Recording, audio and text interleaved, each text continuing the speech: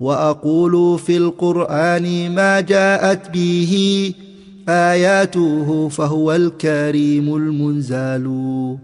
وأقول قال الله جل جلاله والمصطفى الهادي ولا أتأول. وجميع آيات الصفات أمرها حقا كما نقل الطراز الأول.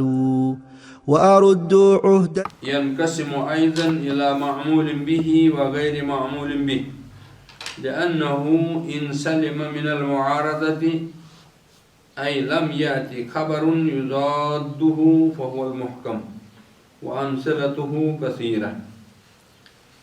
ثم المقبول، پھر حدیث مقبول، قابل قبول حدیث کی جو 4 قسمیں بتائی تھی نا، تو بتایا کہ ثم المقبول ينقسم أيضا إلى معمول به وغير معمول به، پھر مقبول بھی معمول بھی اور غیر معمول بھی کی طرح منقسم ہوتا ہے، یعنی عمل کے اعتبار سے بھی اس کی 2 قسمیں ہیں، کیا اس پر عمل کریں گے یا نہیں کریں گے، تو اس طرح سے اس کی کئی جو ہے قسمیں ہیں۔ تو معمول بھی جس پر عمل کیا جائے اور جس پر عمل نہ کیا جائے غیر معمول بھی کہلاتا ہے نا، غیر معمول بھی کا معنی جس پر عمل نہ کیا جائے۔ وہ حدیث جو قابل قبول تو ہے، صحیح تو ہے، لیکن اس کے بعد عمل کرنا ہے یا نہیں کرنا ہے، تو 2 طریقے سے جو ہے اس کے بتائیں کہ ایک ہے وہ جس پر عمل کیا جائے اور دوسرا ہے جس پر عمل نہ کیا جائے۔ تو کہتے ہیں لأنه ان سلم من المعارضة، اگر وہ معارضہ سے صحیح سالم ہو، محفوظ ہو، اگر وہ تعارض سے، ٹکراؤ سے محفوظ ہو،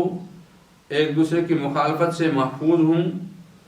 اے لم یأتی خبر، یعنی کوئی ایسی خبر نہ آئے یضادہ جو اس کے خلاف ہو، جو اس کے منادی ہو، یہ منافی ہو، جو یا جو اس کی ضد میں ہو، ہے نا، تو یضادہ کا معنی اس کے ضد میں آ جائے۔ تو اس طرح کی حدیث اگر ہے کہ وہ ضد والی حدیث سے، ٹکراؤ والی حدیث سے، اپنے خلاف والی یا منافی والی حدیث سے محفوظ ہو، صحیح سالم ہو، تو ایسی صورت میں اس کا نام ہے محکم۔ ایسے حدیث کو کہتے ہیں محکم۔ محکم ہے نا ٹھوس، مضبوط، یعنی اس کے لیے کوئی مخالفت میں کچھ نہیں ہے، یہ ٹھیک ٹھاک ہے، اس کو کہتے ہیں محکم۔ وَأَمْثِلَتُهُ كَثِيرَةٌ، اور اس کی مثالیں بہت زیادہ ہیں، اس کی مثالیں بہت، بلکہ اس کی مثالیں زیادہ ہیں۔ حدیث میں اگر دیکھیں گے عمومی جو شرعی احکام ہیں وہ اسی پر زیادہ منحصر ہیں، تو لیکن ہوتا کیا ہے کہ جو معارض و تعارض والی حدیث ہے اسی میں پھر جا کر کے لوگ زیادہ جو ہے اس پر اختلاف کرنے لگے ہیں، اور پھر اسی وجہ سے پھر مسالک کا وجود آیا ہے، مذاہب کا وجود آیا ہے، مختلف آراء کا وجود آیا ہے۔ لیکن اصل حدیث جو ہے وہ یہ ہے کہ وہ محکمات ہیں، اور محکمات کا معنی کہ شرعی احکام ان پر منحصر ہیں، اور وہ ہے کہ ان کے خلاف کوئی حدیث نہیں، یعنی شرعی احکام ہے، ایک حدیث ہے، 2 حدیثیں ہیں، 4 حدیث، سب ایک ہی جیسی حدیث ہیں، اس کے ایک دوسرے کے خلاف نہیں ہیں، اس کو کہتے ہیں محکم۔ پھر آگے ہے دوسری وَإِنْ أُورِزَ، اب اگر ایسی حدیث آ جائے کہ جس کا معارضہ ہے، جس کا تعارض ہے، یعنی جس کے مد مقابل دوسری تعارض والی، ٹکراؤ والی حدیث ہے، اس میں اگر امر ہے تو آگے والی حدیث جو اس کے خلاف ہے وہ نہی والی حدیث آ گئی، امر اور نہی جو ہے ٹکراؤ والی چیزیں ہیں، یا اثبات اور نفی والی حدیث آ گئی، ایک میں اثبات ہے دوسرے میں نفی ہے، تو اس طرح کی حدیثیں۔ وَإِنْ أُورِزَ، اگر تعارض پیدا ہو جائے، اگر معارضہ والی حدیث آ گئی، اگر اس کا ٹکراؤ پیدا ہو گیا، فَلَا يَخْلُو، تو وہ خالی نہیں ہوگی، إِمَّا أَن يَكُونَ مُعَارِضُهُ مَقْبُولًا مِثْلَهُ أَوْ يَكُونَ مَرْدُودًا۔ تو جو ٹکراؤ والی حدیثیں ہیں تو ان میں سے کیا ہے کہ کہہ رہے یا تو ایسا ہوگا کہ اس کی معارض جو اس کے ٹکرانے والی حدیث ہے، اس کے مد مقابل جو منافی حدیث ہے وہ مقبول ہو اسی جیسی، یا مردود ہو، ہے نا۔ اب اس کی 2 قسمیں ہوں گے، ایک یہ کہ اس کے مقابل میں جو آئے گی حدیث وہ کیا ہوگی، وہ مقبول ہوگی، اسی جیسی مقبول ہوگی، یہ بھی مقبول ہے وہ بھی مقبول ہے، یہ بھی صحیح ہے وہ بھی صحیح ہے، یہ بھی ٹھیک ٹھاک حدیث ہے وہ بھی ٹھیک ٹھاک حدیث ہے، اور یا تو پھر ایسا ہوگا کہ یہ تو مقبول ہے اور اس کے مقابلے میں مردود ہے۔ تو پھر آگے کہہ رہے ہیں کہ فَالثَّانِي لَا أَثَرَ لَهُ، دوسرے کا کوئی اثر نہیں پڑے گا۔ اگر مقبول کے مقابلے میں مردود آ گئی تو مردود ہی ہے، ختم ہو گئی، بات ختم ہو گئی، اس میں کوئی مسئلہ نہیں ہے، اس لیے کہ مردود قابل قبول ہے ہی نہیں، اس لیے اس کا کوئی اثر نہیں ہوگا۔ لا اثر لہ، اس کا کوئی اثر نہیں ہے۔ لأن القوی لا تؤثر فیہ مخالفت ضعیف، اس لیے کہ قوی حدیث جو ہے اس میں ضعیف کی مخالفت کوئی اثر نہیں کرے گی، اس میں کوئی اثر انداز نہیں ہوگی، ضعیف کا کوئی اثر ہی نہیں ہوگا، تو ضعیف قابل رد ہے، لہذا وہ رد ہو گئی، پہلے سے ریجیکٹ ہو گئی، بات ختم. ہاں تو یہ سیدھی سی بات ہے. مقبول حدیث یہ پڑھان مقبولس متعلق اتھ زٕ قسم معمول بھی تو غیر معمول بھی اور غیر معمول، عمل کیا جائے گا یا عمل نہیں کیا جائے گا. یہ محکم چھنا پتہ یہ ہمیک معمول بھی ٹائپ کن غیر معمول، یہ تو معمول ہے نا، یہ سارا معمول ہے. محکم تو سارے قابل عمل ہیں، لیکن مجموعی طور پر یہ کہیں گے کہ یہ ہے کہ محکم جو ہے اس کے خلاف تو کچھ نہیں ہے نا، لہذا وہ سب قابل عمل ہے، وہ سب قابل عمل حدیثیں ہیں. جو محکم ہیں، محکم حدیثیں سب قابل عمل حدیثیں، لیکن وہ ایک ہی مسئلہ بیان کرتے ہیں، شرعی مسئلہ ہے اس پر عمل کرنا ہے نا. وہ احکام میں ہوگی تو بیان کرنا، حلال میں ہوگی تو یا حرام میں ہوگی تو قابل عمل ہے، سیدھی سی بات. یہ جو یہ محکم پھر حدیث ہوئی نا تو یہ معمول بھی کی قسم ہوئی، یہ معمول بھی کی قسم، اور غیر محکم پھر غیر معمول بھی کی قسم ہوئی. غیر معمول بھی کی قسم غیر محکم ہے. نہیں مطلب آگے جو حدیثیں ٹکرا والی ہے نا، ٹکرا والی میں پھر معمول اور غیر معمول بھی ہو جائے گا. کون سی جو ہے معمول بھی ہے اور کون غیر معمول بھی ہے. ٹکرا والی حدیثیں جب آ جائیں گی، ٹکرا والی میں حدیثیں میں پھر کیا مسئلہ ہوگا، پھر اس کی تفصیل ہے کہ کون سی حدیث اس میں سے جو دونوں ٹکرا والی حدیثیں ان میں سے کس پر عمل کیا جائے گا اور کس پر عمل نہیں کیا جائے گا. وہی معنی ہو گیا معمول بھی اور غیر معمول بھی. جیسے یہاں بتایا نا، ایک مقبول ہے ایک مردود ہے، اس کا مطلب ہے کہ مقبول اور مردود کے مقابلے میں جب آ گئے ایک دوسرے کے تو مقبول بھی قابل عمل ہو گئی اور مردود بھی ناقابل عمل ہو گئی. اس کا مطلب یہ ہو گیا کہ مقبول جو ہے وہ معمول بھی ہو گئی اور مردود غیر معمول بھی ہو گئی. ٹھیک ہے نا. محکم کا جو محکم تو معمول بھی ہے، بس محکم تو ایک ہی مسئلہ اس میں ایک ہی ہے کہ وہ معمول بھی ہے. غیر معمول بھی ہم لیں گے مردود میں،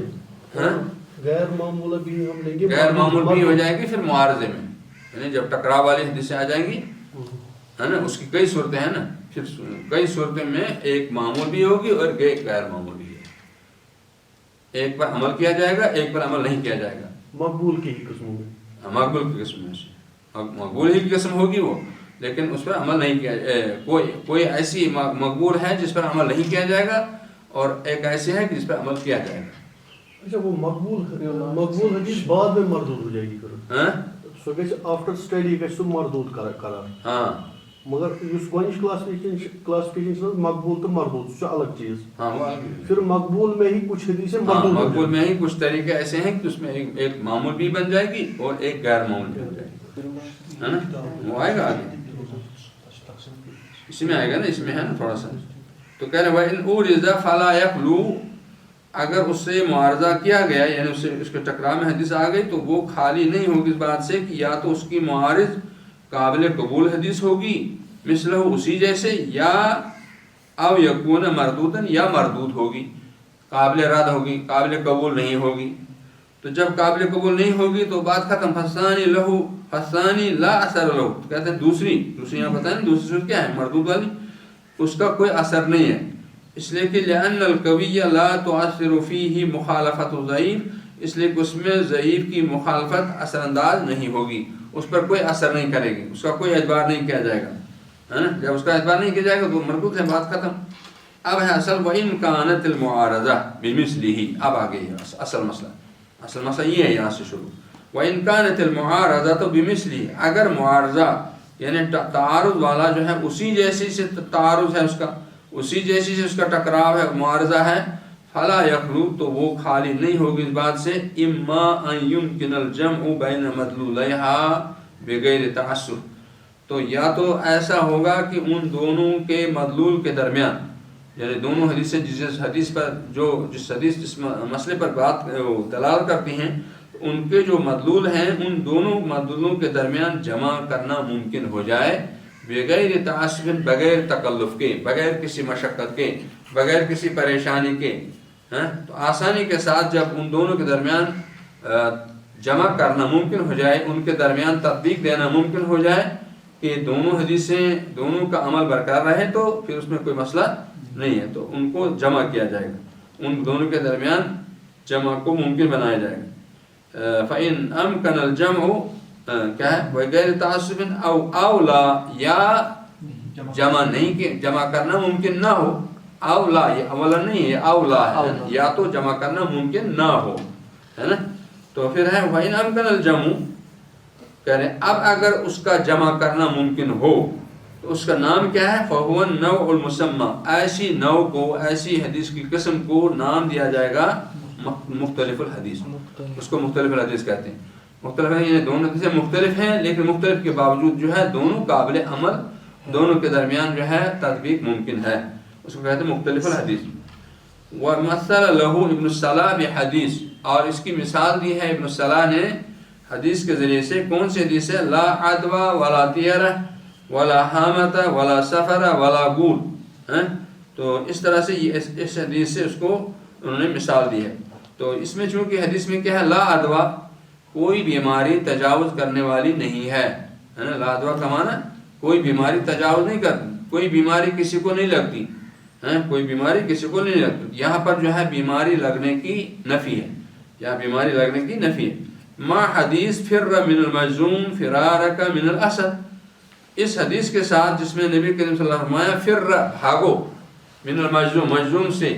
جو جزام والا آدمی ہوگا، جو اس میں وہ ایک قسم کی تکلیف ہے، کوڑ کی بیماری ہے، اس آدمی سے بھاگو. فرارک من الاسد، جیسے تم شیر سے بھاگتے ہو، شیر سے ڈر کر کے جس طرح سے بھاگتے ہو اسی طرح سے اس سے ڈرو اور اس سے دور رہو. اس کا مطلب ہے کہ یہاں لگتا ہے کہ اس بات ہے، یعنی بیماری لگتی ہے ورنہ بیماری لگے گی. اگر تم اس سے نہیں بھاگو گے، دور نہیں رہو گے مجذوم سے، تو بیماری لگ جائے گی، پریشانی ہو جائے گی. اور اوپر بتایا کہ بیماری لگتی نہیں ہے، تو وہاں کہتا ہے بیماری نہیں لگتی، یہاں کہتے ہیں بیماری سے بھاگو. تو دونوں طرح سے حدیثیں آ گئی کہ نہیں. اور دونوں حدیثیں مقبول ہیں، دونوں حدیثوں کا معیار اور مستویٰ ایک ہی ہے، دونوں حدیثیں صحیحین کی حدیثیں ہیں. تو لہٰذا دونوں کو ہم کیسے رد کریں گے؟ دونوں حدیثیں جیسے ہم نے کہا کہ صحیحین کی حدیث جو ہے وہ سب صحیح ہیں، وہ قابل عمل ہیں، یہ ہے وہ ہے، اس طرح سے. تو لیکن ہم اس بات اور نفی جمع ہو گیا، اس بات اور نفی دونوں ٹکراؤ ہیں ایک دوسرے کے خلاف. اب کیا کریں گے؟ وَكِلَاهُمَا فِي الصَّحِيحِ، اور دونوں کی دونوں حدیثیں صحیح ہیں. وہ ظاہرهما التعارض، لیکن بظاہر جو ہے تعارض لگ رہا ہے. بظاہر تو تعارض ہے کہ یہ ایک میں اثبات ہے، ایک میں نفی ہے. ایک میں ہے کہ بیماری لگتی نہیں، دوسرے میں کہا کہ نہیں بیماری لگتے، دور بھاگو، دور رہو، اس سے بچو. پھر آگے کہہ رہے وَوَجْهُ الْجَمْعِ بَيْنَهُمَا، ان دونوں کے درمیان جمع کرنے کی وجہ، جمع کرنے کی توجہ کیا ہے؟ ان هذه الامراض لا تُعْدَى بِطَبْعِهَا، کہ یہ امراض فی نفسہ، فی ذاتہ، یا اپنی طاقت سے جو ہے یہ تجاوز نہیں کرتی، یہ دوسرے کو نہیں لگتی، یہ نہیں آگے نہیں جاتی. لیکن اللہ سبحانہ وتعالی جعل مخالطۃ المریض بها للصحیح سببا لإعدائہ، لیکن اللہ تعالی ایسا کرتا ہے کہ مریض کی مخالطت کو، مریض کے ساتھ اس طرح کی بیماری کے ساتھ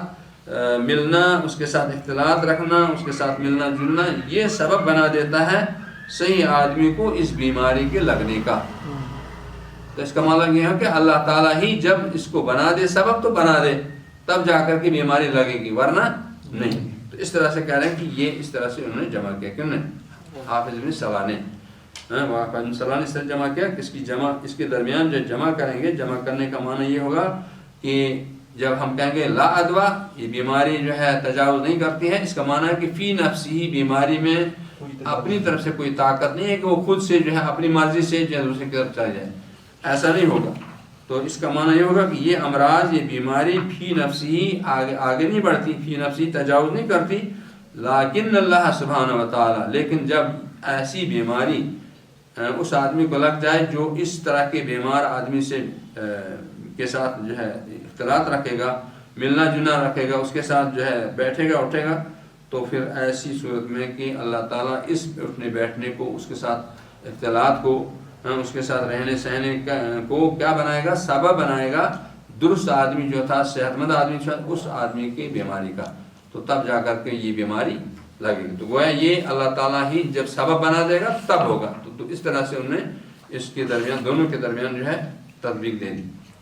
ثم قد يتخلف ذلك عن سبب، پھر کبھی کبھی جو ہے یہ سبب سے پیچھے رہ جائے گا، کوئی سبب اس میں نہیں ہوگا، کما فی غیر من الاسباب، جیسے دوسرے اسباب میں ہوتا ہے۔ فقد جمع بینہما ابن الصلاح، حافظ صاحب کہہ رہے ہیں اسی طرح سے ابن الصلاح نے ان دونوں کے درمیان جمع کیا ہے تبعا لغیرہ، تبعا لغیرہ، دوسرے اسباب کے پیچھے، یہ دوسرے اسباب کے پیچھے پیچھے چلتے، جس سے دوسرے اسباب میں ہوتا ہے، دوسرے چیزوں میں اسباب اللہ تعالیٰ نے پیدا کی، اسی طرح سے اس کو سبب بنا دیا اس کی بیماری کا، تو اس طرح سے ابن صلاح نے اس کے درمیان تطبیق دی۔ والاولا، حافظ صاحب کہہ رہے ہیں اب اپنا فیصلہ کہہ رہے ہیں، والاولا فی الجمع بینہما ان یقال، جمع کے اس کے درمیان جمع کرنے میں بہتر یہ ہے کہ کہا جائے ان نفیہ صلی اللہ علیہ وسلم للادوا باقٍ علی عمومہ، کہ نبی کریم صلی اللہ علیہ وسلم نے جو ادوا کی نفی کی ہے وہ اپنے عموم پر باقی ہے، اپنے عموم پر باقی ہے۔ وقد صح قول صلی اللہ علیہ وسلم، اور نبی کریم صلی اللہ علیہ وسلم کا یہ فرمان بھی ہے، لا یعدی شیء شیئا، کوئی چیز کسی چیز کی طرف تجاوز نہیں کرتی۔ تو یہ مراد ہے کہ بیماری اس طرح کی بیماری جو ہے ایک بیماری دوسرے آدمی صحیح آدمی کی طرف تجاوز نہیں کرتی۔ وقول صلی اللہ علیہ وسلم، اور نبی کریم صلی اللہ علیہ وسلم کا یہ فرمان بھی ہے، لمن اعرضہ، جس نے ان سے یہ کہا تھا، کیا کہا تھا، معارضہ کیا تھا نا، بأن البعیر الأجرب يكون في الإبل الصحيحة فيخالطها فتجرب حيث رد عليه بقوله فمن أعاد الأول۔ دیکھیں نبی کریم صلی اللہ علیہ وسلم سے ایک آدمی نے سوال کیا، کہا کہ بعیر عجرب کا ایسا اونٹ جس کو خارش ہو، خارش والا اونٹ، یکون فی الابل الصحیح، جب خارش والا اونٹ درست اونٹوں میں، صحت مند اونٹوں میں آتا ہے، فیخالطها، پھر ان کے ساتھ مل جاتا ہے، ان کے ساتھ رہتا ہے، فتجرب، تو وہ دوسرے اونٹوں کو خارشی والا بنا دیتا ہے،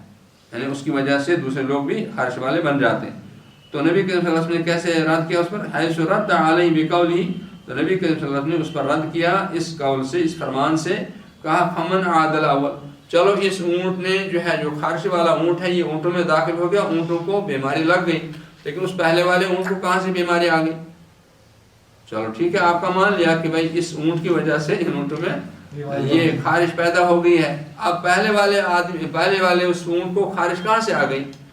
اس کا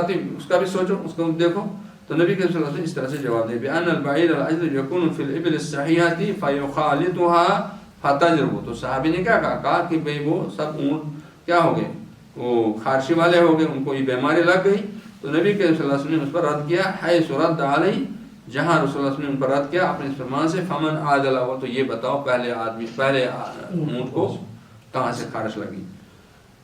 یعنی ان اللہ سبحانہ، تو حافظ صاحب کا کہنا ہے،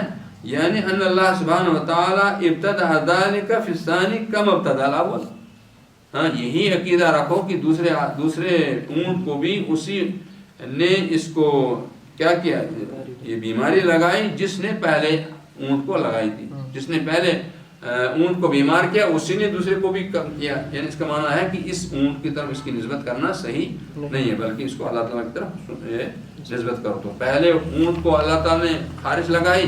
دوسرے اونٹ کو، تیسرے اونٹ کو جو ہے یہی سبب بنایا کہ اس کے ساتھ ملنا، وہ سبب بنا اس کی بیماری کا، لیکن سبب کس نے بنایا، سبب اللہ تعالیٰ نے بنایا۔ اس کا مطلب اور یہ کہ سارے اونٹوں کو تو خارش نہیں لگی، وہ بھی چندی اونٹوں کو لگی ہے، اس کا معنی یہ ہے کہ سارا اللہ تعالیٰ کے ہاتھ میں، اللہ تعالیٰ کے ہی ذریعے سے مشیت میں ہے۔ کم ابتدع الاول، جیسے پہلے کو لگی، تو اس کا مطلب ہے کہ اس کو یہ سمجھائے، یعنی اصل عقیدے کی رہنمائی کی بھائی یہ مت سمجھو کہ اس اونٹ کی وجہ سے ان کو لگی، نہیں، اللہ تعالیٰ نے اس اونٹ کو سبب بنایا اونٹوں کے لیے۔ وَأَمَّا الْأَمْرُ بِالْفِرَارِ مِنَ الْمَجْذُومِ، اب رہا معاملہ مجذوم سے فرار کا حکم دینا، ہمیں باب سد ذرائع، تو یہ سد ذرائع کے باب سے ہیں۔ سد ذرائع اصول فقہ میں ایک خاص اصطلاح ہے، سد ذرائع کا مطلب ہے کہ ذریعہ کو بند کرنا، کوئی سبب ہے، کسی سبب سے کوئی کام ہو جائے گا لیکن اس سبب کو بند کر دینا، تاکہ اس میں جو انسان کے بعد غلط عقیدے میں انسان پڑ جاتا ہے۔ تو یہ سد ذرائع، یعنی ذرائع کو بند کرنا، ذرائع بند کرے گا تو اس کا عقیدہ درست رہے گا، ورنہ اگر یہ ذرائع کھل جائیں گے تو پھر عقیدے میں بھی خرابی آ جاتی۔ لِأَلَّا يَتَّفِقَ لِلشَّخْصِ، تاکہ وہ اس آدمی کے لیے متفق نہ ہو، جو آدمی الشخص الذی یخالطہ جو اس کے ساتھ رہتا ہے، اس کے ساتھ کوئی چیز رہتی ہے، شیء من ذلک ان چیزوں میں سے کوئی چیز اس کے ساتھ ہو جائے گی، مل جائے گی، بتقدیر اللہ اللہ تعالیٰ کی تقدیر سے ہوگا، ابتداء شروع میں، لا بالادواء المنفیہ نہ کہ اس ادوا منفیہ کے ذریعے سے، یعنی ابتدا میں جو ہے اللہ تعالیٰ کہتا ہے کہ سارا کچھ اللہ تعالیٰ کے ہاتھ میں ہے، تو جو وہی جو ہے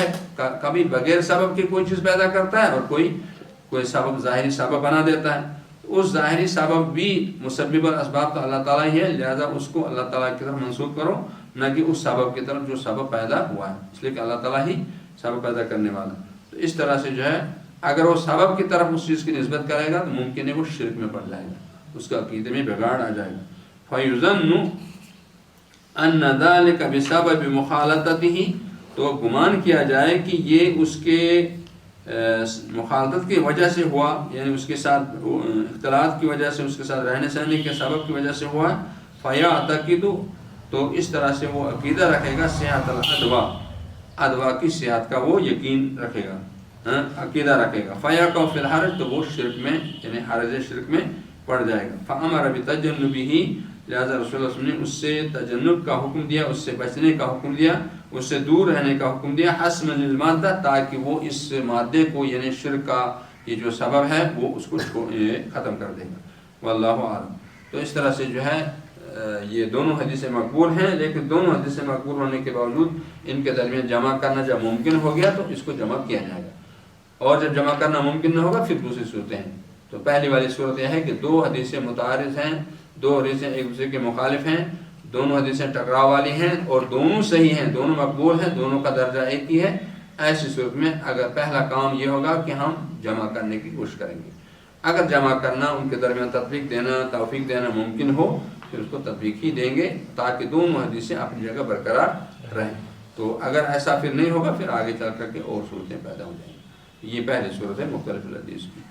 اس کو کہتے ہیں مختلف الحدیث، یعنی جس میں دونوں حدیثیں صحیح ہوں اس کو کہتے ہیں مختلف الحدیث، اور اگر ایک ضعیف ہے ایک مردود ہے پھر تو معاملہ صاف۔ تو اس طرح سے یہ چیز ہوگی۔ تو اس کا مطلب یہ ہے کہ اللہ تعالیٰ نے جو نبی کے صلی اللہ علیہ وسلم فرمایا لا ادوا جو بتایا کہ بیماری تجاوز نہیں کرتی، اس کا معنی ہے کہ حقیقت یہی ہے کہ بیماری تجاوز نہیں کرتی، بیماری خود جو ہے اپنی مرضی سے جائے گی یہ نہیں ہو سکتا، بلکہ اللہ تعالیٰ جو ہے جب اس کو حکم دے گا اللہ تعالیٰ یا اللہ تعالیٰ اس کے مخالطت کو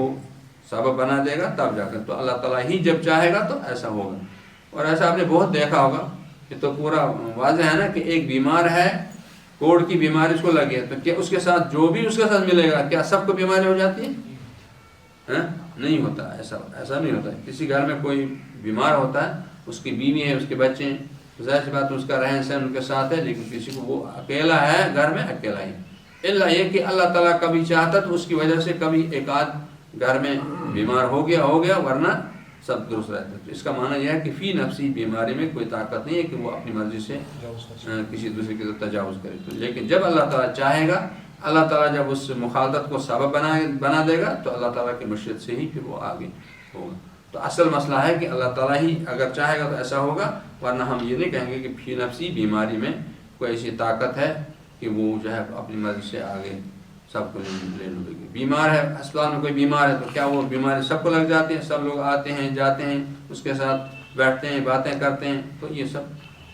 اصل میں یہ ہے کہ عقیدہ یہ ہے کہ بیماری بذات خود کسی کو نہیں لگتی، الا یہ کہ اللہ تعالیٰ سبب بنا دے اس کو، اس کے مخالف کو سبب بنا دے تب جاتا ہے۔ تو گویا اصل مسئلہ جو ہے رجوع کا نام ہے، اس کو جو ہے اس کی نسبت جو ہے وہ سب اللہ تعالیٰ کی طرف کرنی ہے۔ تو یہی حافظ بن صلاح نے بھی اور حافظ بن حجر نے بھی کرنی کی۔ یا ایسا بھی ہو سکتا ہے کہ کچھ لوگوں نے کہا کہ کچھ بیماریاں ہیں جن بیماریوں کے بارے میں نبی کریم صلی اللہ علیہ وسلم نے وضاحت کیا تو ہم انہی بیماریوں کے بارے میں یہ عقیدہ رکھیں گے، ورنہ دوسری بیماریوں کے بارے نہیں رکھیں۔ لیکن اصل یہی وہ بھی اس میں بھی تھوڑا، تو اصل چیز یہ ہے کہ فی نفسی بیماری میں کوئی ایسی طاقت نہیں ہے کہ وہ خود اپنی مرضی سے تجاوز کرے، الا یہ کہ اللہ تعالیٰ جب سبب بنا دے گا تو اللہ تعالیٰ کی حکمت کے تحت ایسا ہوتا ہے۔ اس طرح سے تطبیق دی، تو تطبیق جب ہو جائے گی تو تطبیق کی صورت میں کیا کہا؟ تطبیق کی صورت میں یہ ہے کہ مختلف حدیث ہے، دونوں صحیح حدیث ہیں، دونوں کے درمیان جمع کرنا ممکن ہو گیا، تو لہذا جب جمع کرنا ممکن ہو گیا تو پہلا کام ہوگا دونوں کو برقرار رکھنا اور ان کے درمیان جمع کرنا ہی. پھر جب اس کے بعد تطبیق دینا ممکن نہ ہو پھر ہم آگے دوسرے وسائل اور دوسرے اسباب کی طرف